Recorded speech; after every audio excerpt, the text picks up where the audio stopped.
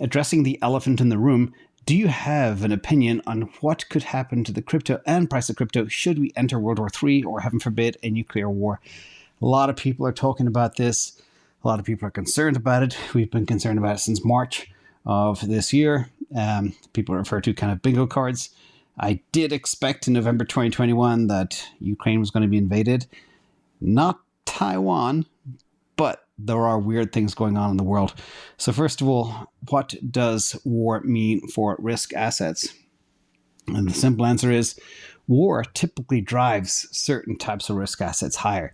But let's explain why. And first of all, we have to take a step back and understand what the new weapons are today. And we learned a lot in 2022 about many things.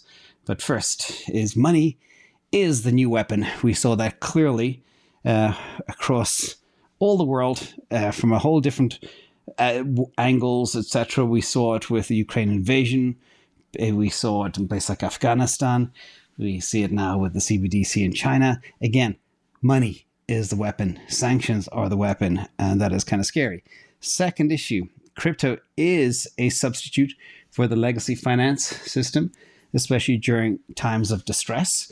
Very, very clear out there. And Ray Dalio from Bridgewater, he described war being a catalyst for digital asset growth, more so as this comes at a time of maturation of the asset class itself, particularly in relation to an institutional interest in cryptocurrencies. So it's kind of like a whole bunch of stuff coinciding at the same time around crypto.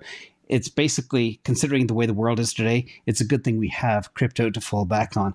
Next, digital gold, which is Bitcoin. It's a handy place to store cash during time of war or disaster.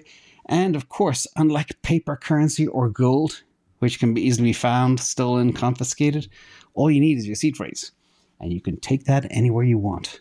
And that is the big difference. And that's what's driving a lot of this action right now. So basically, times of war make certain types of assets like Bitcoin, I believe they will appreciate. Now, there is one tiny little caveat to that story.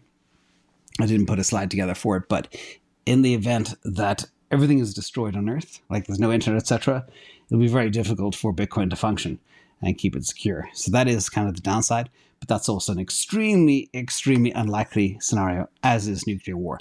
The chance of nuclear war is higher than it was at the beginning of the year, but still it's very, very low, less than 1%. And therefore it shouldn't change any of your investment strategies right now. And if war does happen, again, we've got bigger things to worry about, as we've discussed before.